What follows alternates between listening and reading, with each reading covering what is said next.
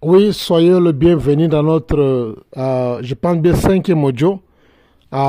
Toujours, nous parlons sur notre grand thème, les bons combats de la foi. Nous sommes en train d'étudier notre adversaire. Et sans plus tarder, nous voulons parler sur le deuxième plutôt. La deuxième caractéristique du diable, bien la deuxième nature du diable. Je dis clairement que les caractéristiques révèlent ou déterminent la nature d'un objet ou d'une personne et on peut connaître donc la nature d'un objet ou d'une personne est cachée dans ces caractéristiques. Nous sommes dans les obligations d'étudier la nature de cette personne pour bien l'identifier. Alors nous allons, si nous le comprenons très bien, nous allons aussi facilement les renverser, faire un très bon combat de la foi. On ne peut jamais mener un combat de la foi contre le diable si on ne le connaît pas. La deuxième caractéristique, c'est le diable. Première, c'était Satan, ses activités. Et nous l'avons dit clairement, Satan signifie l'adversaire de l'homme. Et j'ai donné le passage de la Bible, 1 Pierre chapitre 5, verset 8. La deuxième caractéristique, c'est le diable. Le diable, en anglais, on appelle ça devil. Devil vient de evil, signifie la méchanceté. Quand on dit you are evil en anglais, on dit signifie tu es méchant. Devil, c'est le diable. Evil, c'est la méchanceté. Le diable, c'est un mot qui est en français. En anglais, on appelle ça devil. Et le dérivé de devil, c'est evil, qui signifie la méchanceté. C'est ça la caractéristique du diable. Le diable est méchant. Et en dehors de la méchanceté, le diable signifie aussi les calomniateurs. Le mot diable signifie les calomniateurs. C'est-à-dire quoi? Parler la vérité avec l'intention de détruire les gens, les séparer ou bien les diviser. Ça vraiment, je voudrais que les enfants de Dieu puissent me prêter beaucoup d'attention. Les calomniateurs, le diable est méchant. Je dis bien, le diable est méchant. Dans sa méchanceté, il est aussi calomniateur, qu'on appelle en anglais slanderer. Le slanderer en anglais signifie quoi? En principe, ça donne beaucoup de sens par rapport en français. Slanderer signifie quoi? La personne qui va parler la vérité à l'autrui avec l'intention de détruire l'image de son frère, de son prochain. Vous savez, les calomniateurs, nous l'avons toujours parfois mal défini ça. Les calomniateurs, nous pensons peut-être dire du mensonge à l'envers d'une personne, parler du mensonge, mentir au nom d'une personne. Ce n'est pas seulement là. Le vrai sens du mot calomniateur va jusqu'à tel point que non, même si ce que tu dis là est une vérité, mais si tu parles cela avec l'intention de détruire ton frère, de détruire ton prochain, maintenant ça devient maintenant une calomnie. Alors tout ce que, tant qu'enfant de Dieu, il faut être prudent. Je n'ai jamais soutenu cette paragraphe que les gens disent que non, voilà, la vérité c'est la vérité. Toute vérité est bonne à dire, toute vérité n'est pas bonne à dire, tout qu'on sort. Toute vérité, en principe, ça dépend de la motivation de la personne. Quand tu utilises certaines vérités pour dire aux gens, avec l'intention de réconcilier les gens, avec l'intention de réunir les gens, gloire au Seigneur. C'est ça le vrai sens du mot en vérité. Mais quand tu utilises la vérité, je ne dis pas du mensonge, je suis en train de parler dans la calomnie, dans le sens de la vérité. Mais quand tu parles de certaines vérités, ce que tu dis là, ce n'est pas du mensonge, c'est une vérité.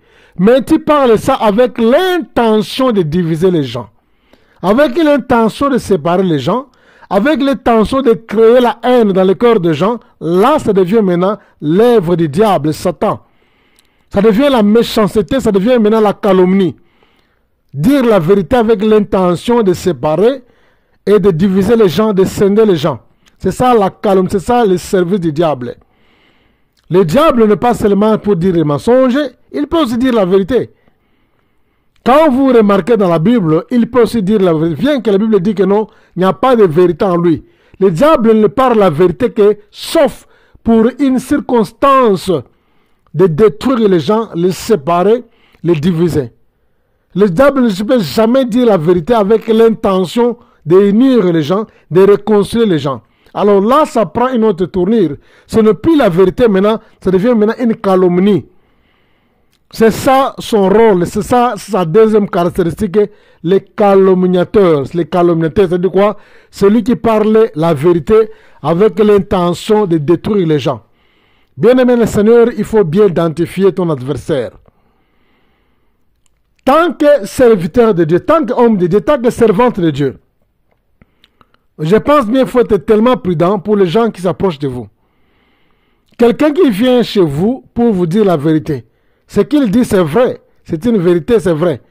Mais demande-lui maintenant, pose la question, il dit ça avec quelle intention? Pour vous unir, pour vous réconcilier, ou encore il passe cette vérité-là avec l'intention de vous détruire. C'est ça la différence entre les deux. Un enfant de Dieu, un homme de Dieu, un serviteur, une servante qui craignent Dieu, chaque fois avant d'ouvrir la bouche pour dire certaines vérités dans la bouche, il doit d'abord se poser la question. Cette vérité que j'ai dit est dans quels objectifs? C'est pour amener les gens à s'aimer, à se réconcilier, à s'unir, et bien pour diviser, scinder, amener la haine et la division parmi les gens. C'est là où tu vas déterminer que tu n'as pas la sémence du diable. Quand tu remarques cela dans ta vie, en tout cas, il faut vite te repentir et changer de méthode. Nous allons parler sans plus tarder sur la troisième caractéristique du diable. La troisième caractéristique du diable, c'est le destructeur.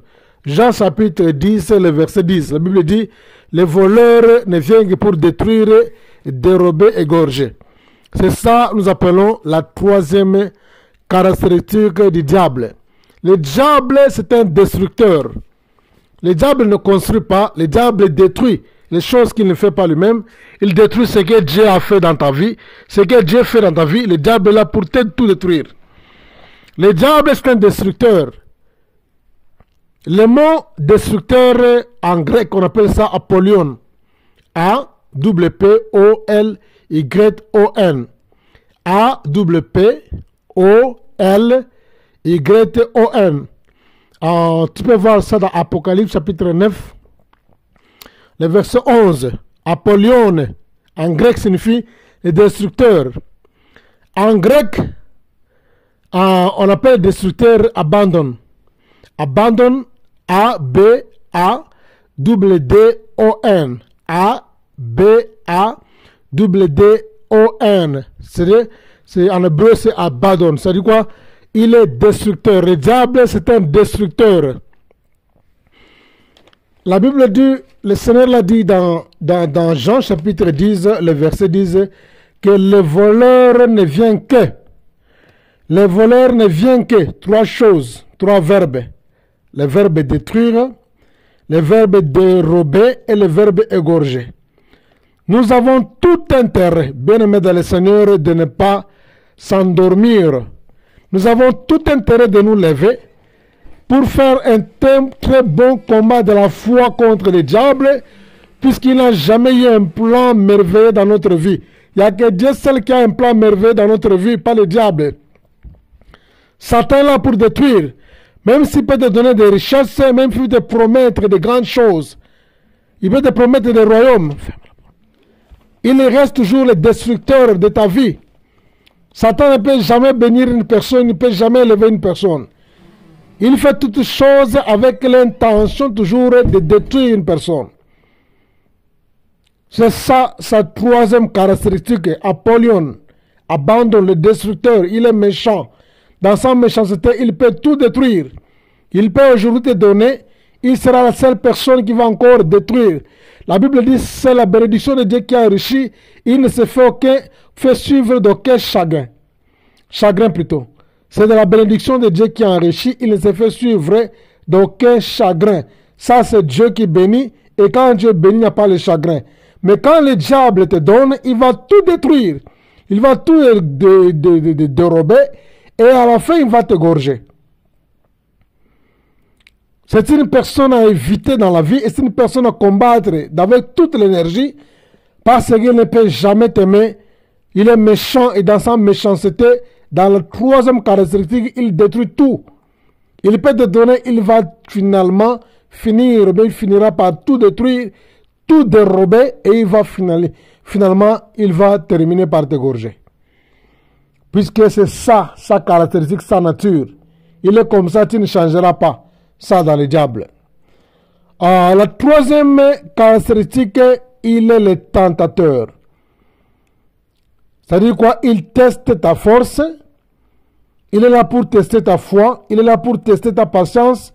Il est là pour tester ta communion avec Dieu.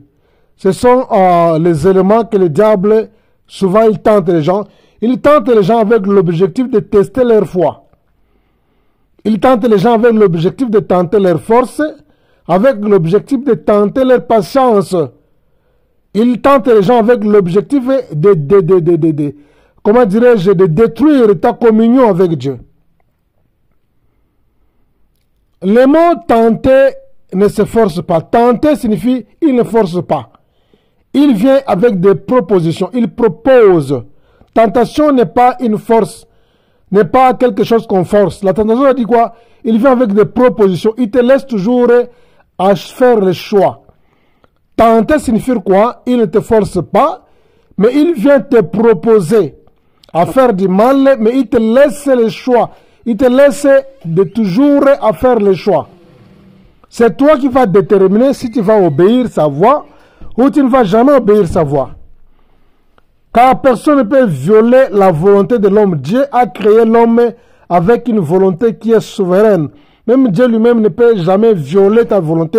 La Bible dit il dit dans la Bible, voici je me tiens à la porte et je frappe. Si quelqu'un entend ma voix, il ouvre, je mangerai avec lui, je souperai avec lui. Dieu a créé l'homme avec une volonté qui est souveraine, jusqu'à tel point que même lui-même Dieu, avant d'entrer dans ta vie, tu dois d'abord l'accepter. Tu vas lui donner l'accès, avant qu'il va entrer. Il en est même. Si Dieu qui t'a créé, il frappe à la porte, à combien de plus fort le diable? Le mot tentation ne signifie pas forcer. Le mot tentation, je répète ça encore sur toute la ligne, signifie quoi? C'est-à-dire quoi? Il vient te proposer à faire du mal, mais il te laisse le libre choix. Il te laisse la liberté de faire un choix si tu vas accepter ou tu ne vas pas accepter. C'est ça le mot tentation. Et le diable est allé plus loin pour aller tenter le Seigneur. Bien aimé le Seigneur, regardez les caractéristiques qui étaient en Jésus, le Fils de Dieu.